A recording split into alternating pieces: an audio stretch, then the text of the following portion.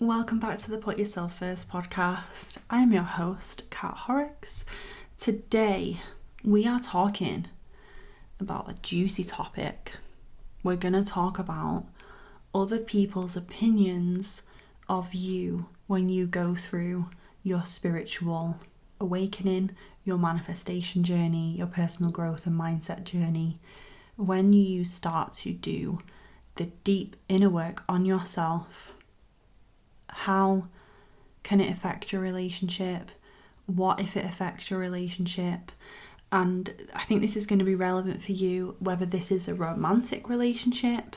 That's certainly what I'm going to talk about, because that's, I guess, what I have the most personal experience with in terms of this dynamic. But I also understand that, say you spend, more time than I do with your parents, or you still live with other family members. You've maybe got kids or sisters or aunties and uncles or cousins or friends, colleagues who you're really close with and spend a lot of time with, who are noticing all this spiritual stuff you're doing or going through. And what if they don't agree with it? What if they don't get it? What if you grow apart? Like, these are really common fears to have when you are stepping into this journey. And I want to read out this DM I got from one of my sisterhood members, a lovely lady, and I think this is going to really resonate for many people and is really important. I'd also love to hear your thoughts on going through a spiritual awakening / personal development while in a long-term relationship. Sometimes it feels like on another level compared to my partner, which feels quite testing at times. Perhaps something for another podcast episode. So, first of all, if you're going through this, you're not alone. So many people struggle with this. I get a lot inside of Next Level You especially, but inside the sisterhood too. Like, my partner's asking me what I'm doing. My partner's asking me what we've been doing on the call, or he sees me saying, oh, I'm going to do a full moon ceremony, or I'm going to talk about manifestation and healing and spirituality. Or I've been even telling your partner, like, I've invested in this program that's about manifesting my dream life, and there's all this spiritual content in there, and it's about trusting the universe and stepping into your higher self and all of this stuff. Even if we're not even talking about spirituality, but we're talking about personal growth and personal development, even that without all the woo-woo stuff on top can be challenging for people in a long-term relationship. And like I say, there's some crossover here with other relationships too. So let me be honest and talk about my experience with this, because my partner is not spiritual. He's not quote unquote like into spirituality, right, into manifestation in the way that I am. And he's certainly come more and more around to it over the years. He's certainly picked up different things, but in no way is he, like, what I'm trying to say is, when I am off for my ayahuasca retreat in Peru, he's not going to be coming with me, if you know what I mean. Like, he's not, if I was like, babe, I'm going to a yoga healing retreat in Portugal and we're gonna chant and, do all this stuff together, he'd be like, cool, have fun, have a good time, see you when you get back. So he's not a spiritual person. And I want to preface that I am really, really good with that.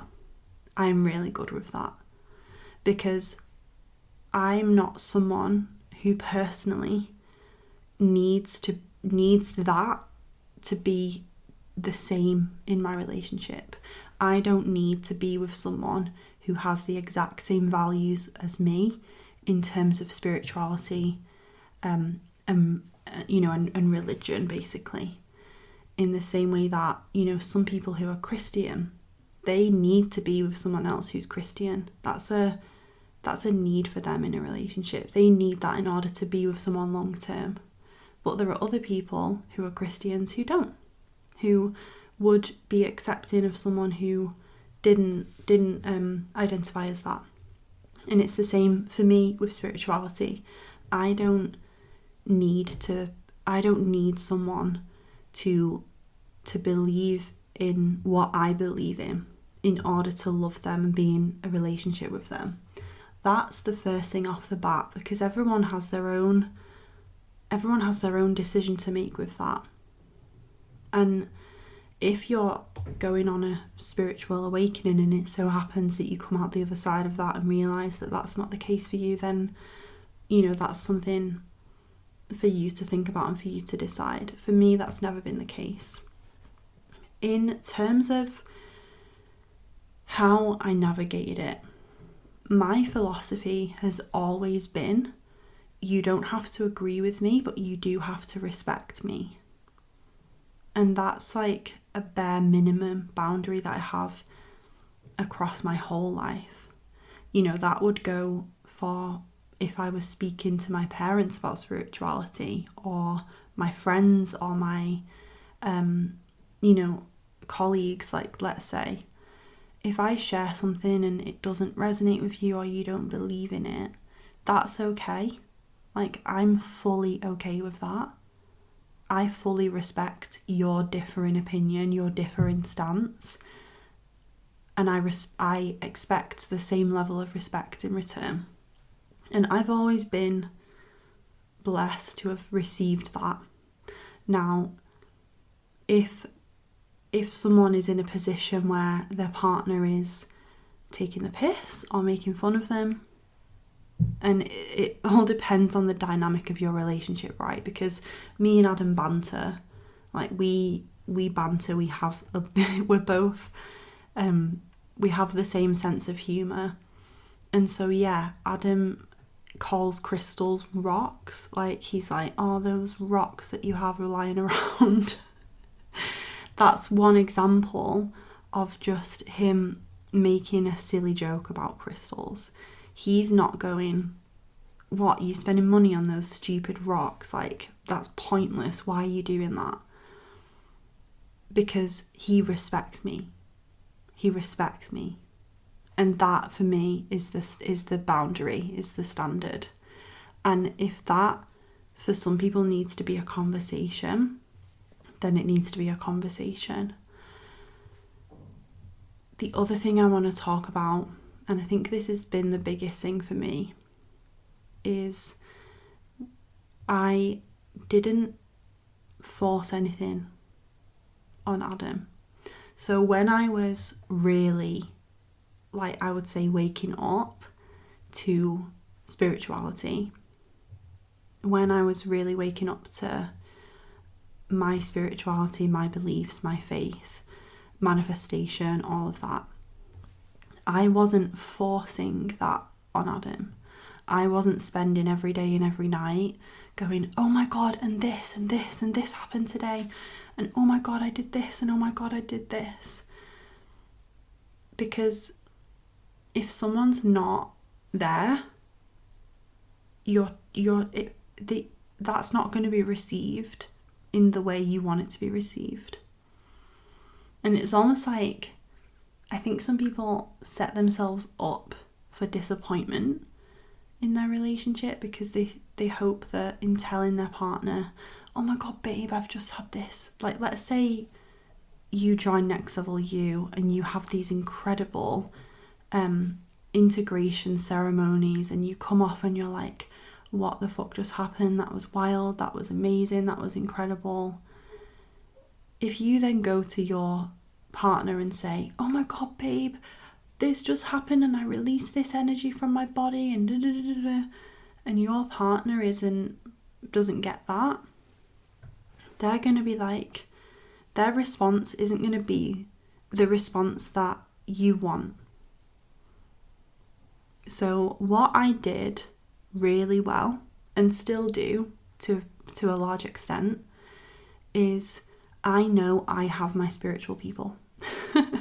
I know I have my peeps who really are on the spiritual train, are on the God train with me.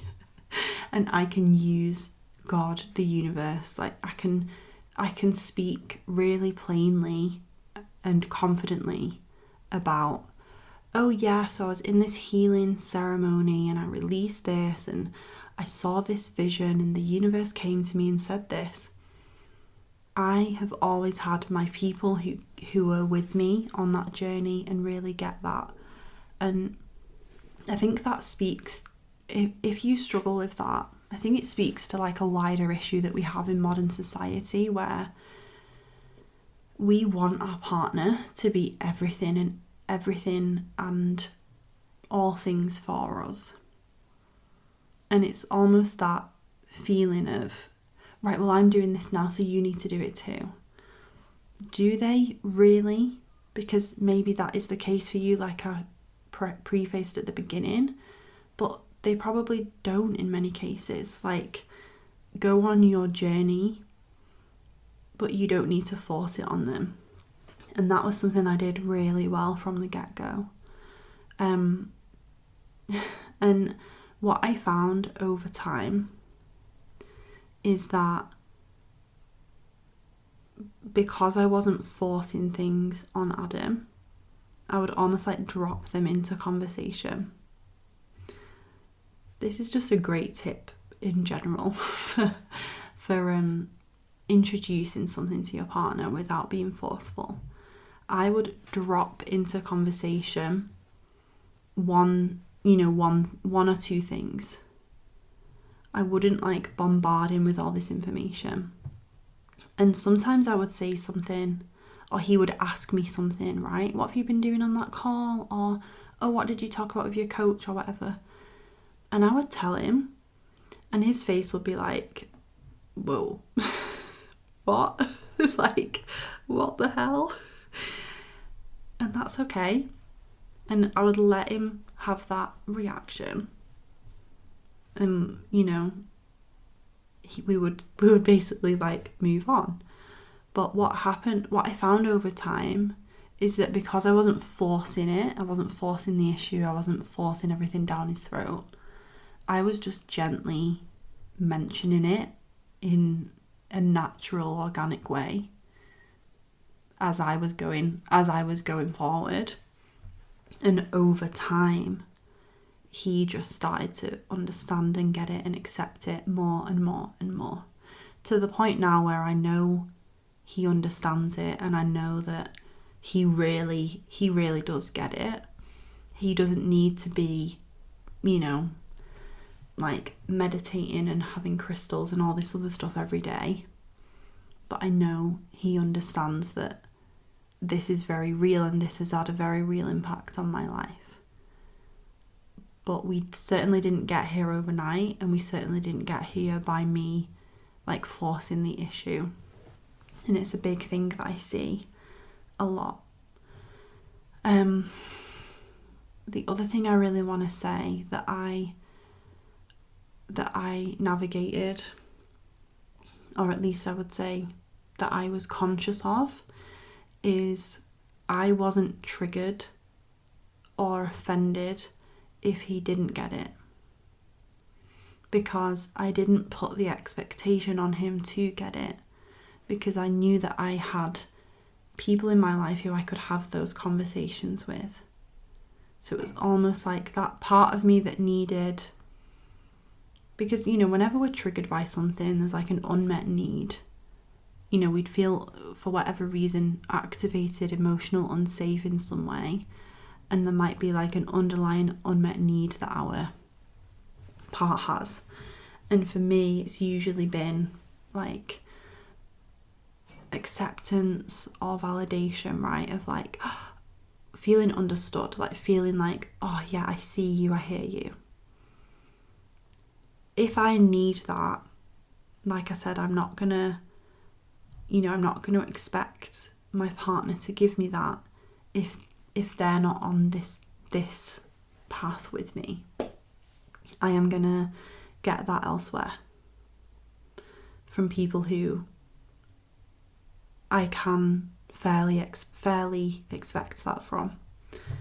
And because I was doing that, I didn't feel like really triggered and offended or upset if I did say something to Adam and he didn't get it, or he was a bit like, his eyes were bulging out and he was like, what is she saying?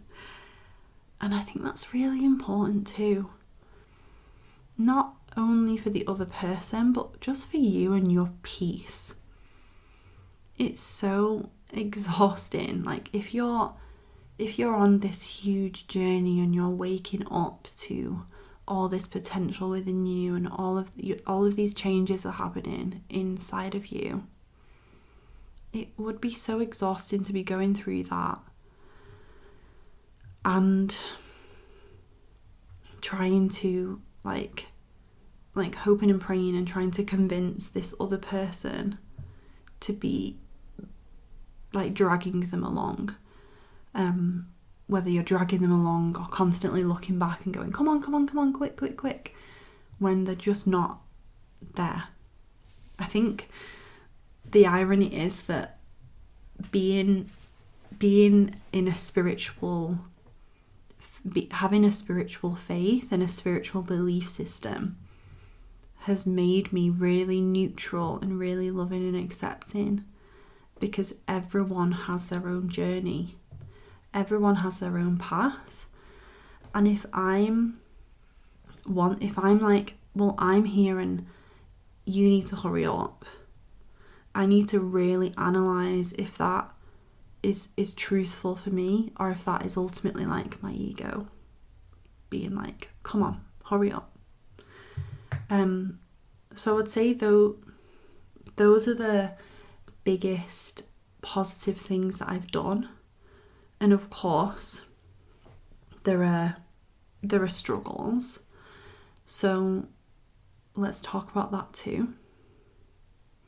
I think what I would say is I've had to work really hard on finding the right language to describe what I'm going through.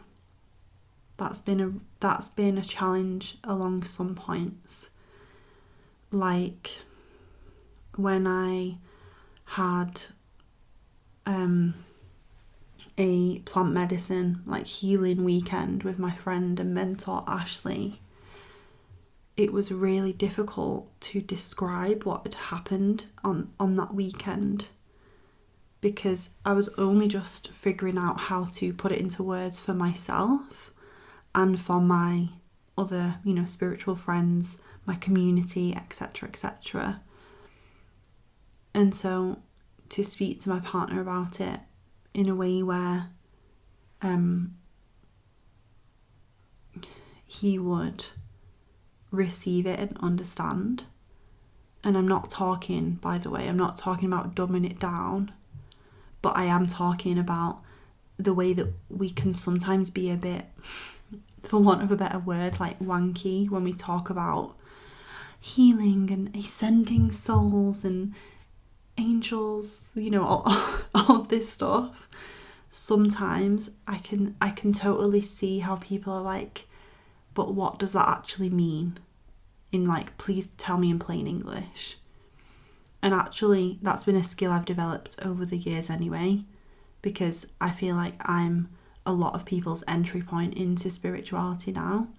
And if you're only just beginning this journey, yeah, you are going to be like, these people are on another fucking planet. Like when you feel like some of the language just doesn't resonate with you. So I would say that was a big challenge. Just being able to describe what you've gone through when you've gone through such a personal transformation. And what I would say with that is like actions and energy and results speak louder than words. Because in many, many ways, I didn't need to describe to Adam what I'd been through and what I'd healed and grown in and all of this stuff. He saw, he felt it, he saw it in me. And now we've obviously got to a place years later where he does have an understanding of all of these concepts. When I'm, for example, like if I'm in a week where I'm not in my practice, like I'm not embodying my best self, he also notices that, and he's like, he can almost like call me out on it and be like, you're like, he'll say like, you're working too much this week or like, I can tell like your energy's off this week, you're not as positive. And it's generally because like I've not been meditating, or I've not done this, or I've not done that. And that's really nice. And I think it's a real, it's really soothing, I think, for people to know, because one of the greatest challenges is to go home from a retreat or an event, or to finish a coaching experience that has changed you on a cellular level, and you have to put that into words and describe what's happened with your life partner. And that's a big deal, like that's really big. And I think that frustration, and I'm just going to look at this lady's message again and see her wording, feels quite testing at times, she said. I think a big part of that for me, a big part of that feeling like it was testing was that. It was that.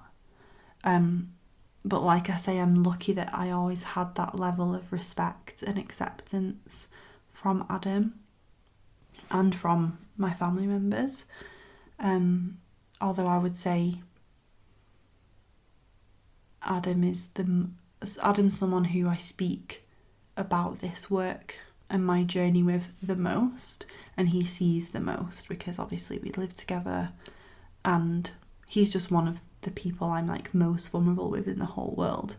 Like he knows everything about me, like he knows so much about me.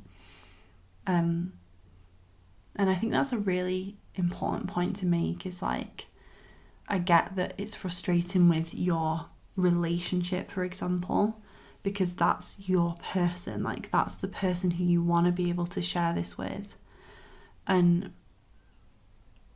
whether it, if we're talking, if you're listening to this and you're experiencing this with a family member or a friend or a colleague at work, it's also okay to, in the same way that you need people who you resonate with, who really get it, who you can just speak like fully openly with about the weird and the wild and the wonderful, you also get to be like, I love this person, I want them in my life, but I'm not going to speak to them about this topic because I need to have that boundary in place for myself, and that's okay too.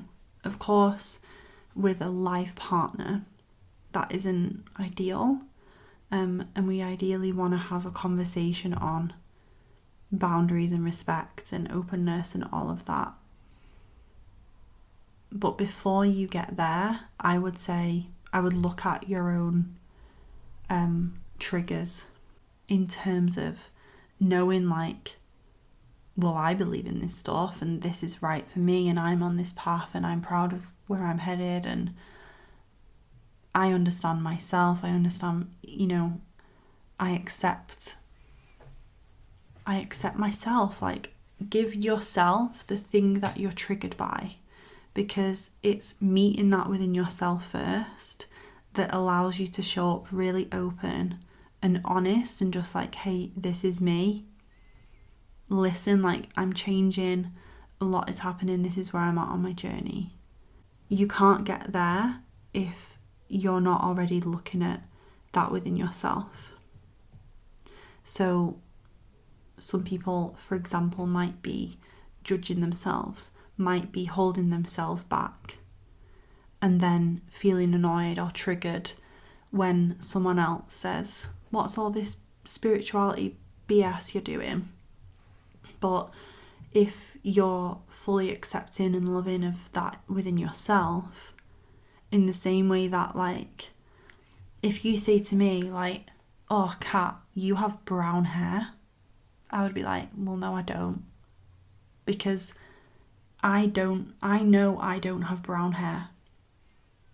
But if someone says to me, hey, Kat, you're not working hard enough, I'm going to go, oh my God, maybe I'm not working hard enough or whatever. Because if that for me is a trigger, is a sore spot, is like poke, poke, poke, then I'm only going to feel offended by the thing that I have already thought within myself. But if I'm like, yeah, these crystals are cool and I really like them and they come from the earth and I know the earth is powerful and holds magical, powerful, healing energy, and, you know, I'm not tied and married to everyone, every single person on earth, thinking that crystals are the best thing in the world. If I have that within myself and Adam goes, what are these silly like rocks that are lying around? Why are you buying more of them? Which he rarely says now, by the way, but we do occasionally joke about it because it was like one of the first things that we joked about. I'm like, whatever, mate. Like, I don't care, because I'm not going to be offended by something that I'm not personally triggered by. So sometimes like someone in our life maybe poking us in that way can be a really great opportunity for learning and for growth within ourselves too. And I just think that point on like really accepting where the other person's at on their journey is so important. Yeah, I think that's where I want to end this podcast. I don't really have a lot else to say, but I really hope this has been insightful and hopefully helpful. If this is something you're going through, if you're struggling with, I really want to delve more into my spirituality, or I am delving more into my spirituality, my personal growth, my awakening. But what does that mean for me and my partner? What does that mean for me and my best friend, or me and my mum, or whoever it is in your life that you're worried is going to judge you or think it's weird or not get it? Yeah, my partner was like, what's this manifestation thing? Until I was like earning 10k a month and like manifesting all this cool shit into my life. And then he was like, oh, well, I guess it works. And I think that's a great positive point to end on, is like, let your results, let the shifts within yourself speak louder than words. And trust that other person is gonna respond to that. And if we think about the law of attraction as well, and feminine energy, the feminine is the muse, is the light that attracts in the external. And so in your healing, awakening, growth, etc., as a woman, whether you're in a relationship with a man, a woman, or a non-binary person, you are the woman and you have feminine energy, and your magic lies in inspiring and attracting and magnetizing that person to you. And it's just the same with this. You know, if you're showing up and you're like on a fucking another level of confidence, vibrancy, magnetism, that shit is attractive AF. And let that energy shift, let that elevation in you be the example. I'm actually going to end on sharing a testimonial that I received from a Next Level You alumni. Her boyfriend DM'd me and said, my girlfriend is inside Next Level You and the change in her has been incredible. Your loved ones notice when you are doing this work, and if they love you, if they support you, they are inspired by you, they are magnetized towards you. You are like so magnetic and attractive as fuck when you are doing this work. And having that vibe, that energy, that mindset, you don't need to convince anyone, you don't need to preach to anyone, like you don't need to give energy to that. Pour that energy into yourself. Let the results speak for themselves. I'll see you on my next episode.